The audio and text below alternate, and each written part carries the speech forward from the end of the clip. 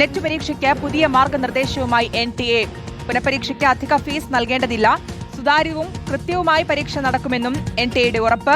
YS അഭിനന്ദുണ്ട് വിശദാംശങ്ങൾ നൽകാൻ. അഭിനന്ദ്, എന്താണ് ഇപ്പോൾ ഇതിൽ കാര്യത്തിൽ വ്യക്തമാക്കുന്നത്? പുനഃപരീക്ഷയ്ക്ക് അധിക ഫീസ് നൽകേണ്ടതില്ല എന്നതടക്കമുള്ള കാര്യങ്ങളിൽ എന്തൊക്കെ വ്യക്തതയാണ് ഈ വിവാദങ്ങൾക്കിടെ വ്യക്തമാക്കുന്നത് NTA?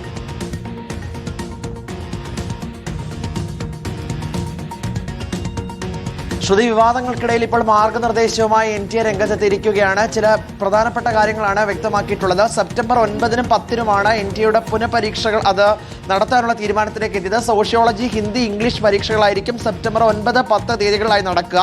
ഇതിനകത്ത് വിദ്യാർത്ഥികളുടെ സുതാര്യമായ ഒപ്പം തന്നെ കൃത്യമായ നടത്തിപ്പിന് വേണ്ടിയാണ് തീരുമാനത്തിലേക്ക് എത്തിയെന്ന് NTA പറയുന്നു. അതായത് നേരത്തെ നടന്ന പരീക്ഷ സുതാര്യവും കൃത്യവുമല്ല എന്ന് NTA സമ്മതിക്കുകയാണ്, വീണ്ടും സമ്മതിക്കുന്നു. ഒപ്പം തന്നെ അധിക ഫീസ് നൽകേണ്ടതില്ല എന്നാണ് വ്യക്തമാക്കിയിട്ടുള്ളത്. നേരത്തെ എത്ര രൂപ നൽകിയാണോ രജിസ്ട്രേഷൻ ചെയ്തിട്ടുള്ളത് അത്രയും ഫീസ് തന്നെ മതി. ഇനി പുതിയതായിട്ടൊരു ഫീസ് സ്ട്രക്ചർ അത് വിദ്യാർത്ഥികൾക്ക് മുന്നിലേക്ക് എത്തുന്നില്ല. പഴയ ഫീസ് സ്ട്രക്ചർ അതെങ്ങനെയാണോ മുന്നോട്ട് പോയത് അതുപോലെ തന്നെ കാര്യങ്ങൾ പോകും. അല്ലാതെ ഒരു ഫീസ് നൽകേണ്ടതില്ല.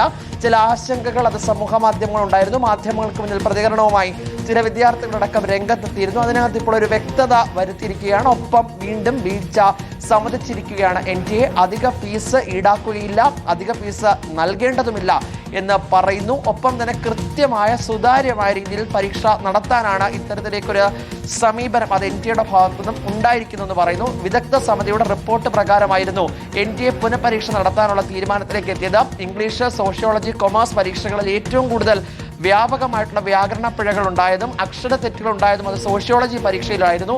അതിനകത്ത് പ്രധാനപ്പെട്ട ചില സാമൂഹിക പ്രവർത്തകരുടെ അടക്കം പണ്ഡിതന്മാരുടെ പോലും പേരുകൾ വിവിധ രീതിയിലായിരുന്നു പല ചോദ്യങ്ങൾ പ്രത്യക്ഷപ്പെട്ടത്. ഇതടക്കം ചൂണ്ടിക്കാട്ടിയാണ് NTAയുടെ വിദഗ്ധ സമിതി ഇത് പരീക്ഷ മാറ്റിയില്ലെങ്കിൽ അത് വലിയ പ്രശ്നത്തിലേക്ക് കാര്യങ്ങളെത്തും, കുട്ടികളുടെ ഭാവി അടക്കം ബാധിക്കുമെന്ന വിദഗ്ധ സമിതി നൽകിയ റിപ്പോർട്ട്. അതിന്റെ അടിസ്ഥാനത്തിലായിരുന്നു ഇന്നലെ പുനഃപരീക്ഷ നടത്താനുള്ള തീരുമാനത്തിലേക്ക്. അതിലാണ് ഇപ്പോൾ പുതിയ മാർഗനിർദ്ദേശം വന്നിരിക്കുന്നത്.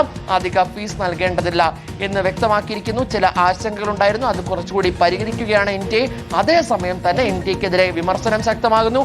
പ്രതിഷേധം ശക്തമാക്കാനാണ് പ്രതിപക്ഷ വിദ്യാർത്ഥി സംഘടനകളുടെ തീരുമാനം. അല്പസമയത്തിനകം തന്നെ SFIയുടെ കേന്ദ്ര കമ്മിറ്റി NTAയുടെ ദില്ലിയിലെ ഓഖ്ലയിലെ ആസ്ഥാനത്തേക്ക് സുതാര്യവും കൃത്യമായി പരീക്ഷ നടക്കും ഇനി എന്നുള്ളതാണ് പറയുന്നത് NTA. എന്തായാലും അതിനൊപ്പം തന്നെ പുതിയ മാർഗനിർദ്ദേശവും കൂടിയാണ് NTA വ്യക്തമാക്കുന്നത്. അധിക ഫീസ് നൽകേണ്ടതില്ല പുനഃപരീക്ഷയ്ക്ക് എന്നടക്കമുള്ള കാര്യങ്ങൾ കൂടി. ഒപ്പം ഇതിൽ വലിയ പ്രതിഷേധമാണ് ഇപ്പോഴും നടന്നുകൊണ്ടിരിക്കുന്നത്. YS അഭിനന്ദാണ് വിശദാംശങ്ങൾ നൽകിയത്.